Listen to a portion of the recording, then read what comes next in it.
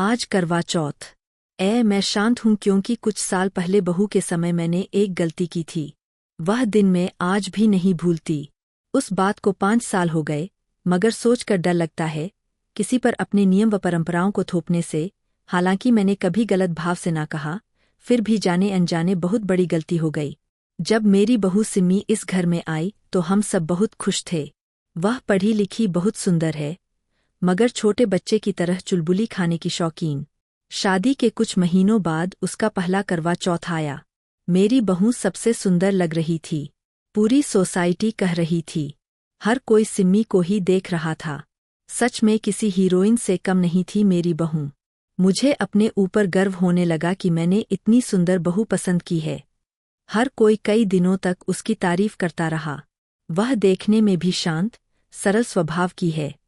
इस करवा चौथ के बाद मुझे अपनी बहू से ज्यादा प्यार हो गया, या यूं कहें कि उसकी हर चीज में अपना हक जमाने लगी। और जब दूसरा करवा चौथ आया तो मेरी बहू प्रेग्नेंट थी। एक लंबे अरसे बाद घर में खुशियां आने वाली थी। खुशियों की शुरुआत सिम्मी के आने से हो चुकी थी। दूसरी बार मेरी दादी बनने की खुशखबरी से इस बात को पचा नहीं पा रही थी। मैं इंतजार कर रही थी किसी मौके का, जब मैं बात सबको बताऊं। और दूसरा करवा चौथ था। उसकी तबीयत ठीक नहीं थी।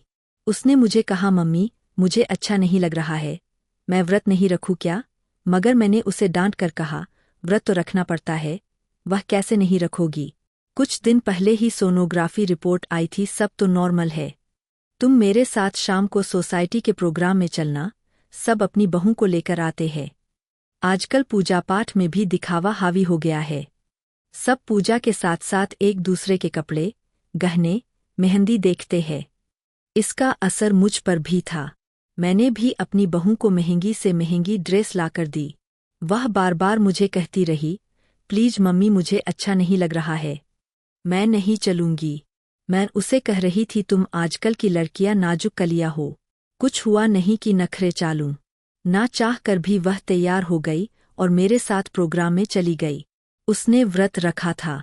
उसके चेहरे में कमजोरी नजर आ रही थी। मुझे लगा खाने की शौकीन है, खाना नहीं खाया इसलिए मुंह छोटा हो गया है।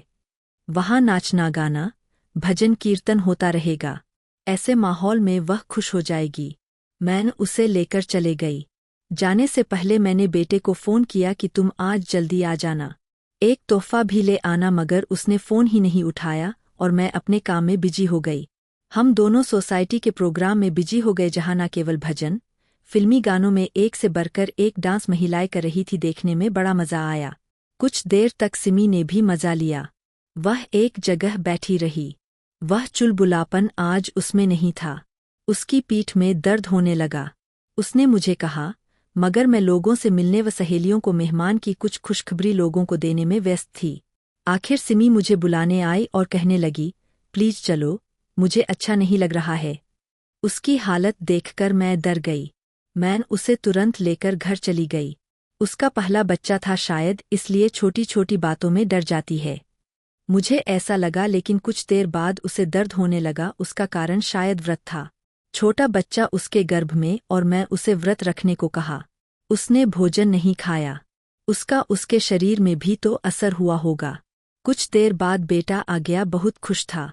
कुछ गिफ्ट भी लाया था, मेरे लिए भी और बहू के लिए भी। मगर अंदर गया तो सिम्मी की हालत देखकर डर गया। कहने लगा, क्यों व्रत रखने को कहा? भगवान ने जितनी उम्र दी है उतनी ही होगी। व्रत रखने से उम्र नहीं बढ़ती। न खाने से बच्चे को जरूर फर्क पड़ सकता है। माँ, डॉक्टर को दिखाए। उसके ऐसा कहते ही मेरी धड़कन बढ़ गई। मेरे मन में अजीब अजीब से ख्याल आने लगे।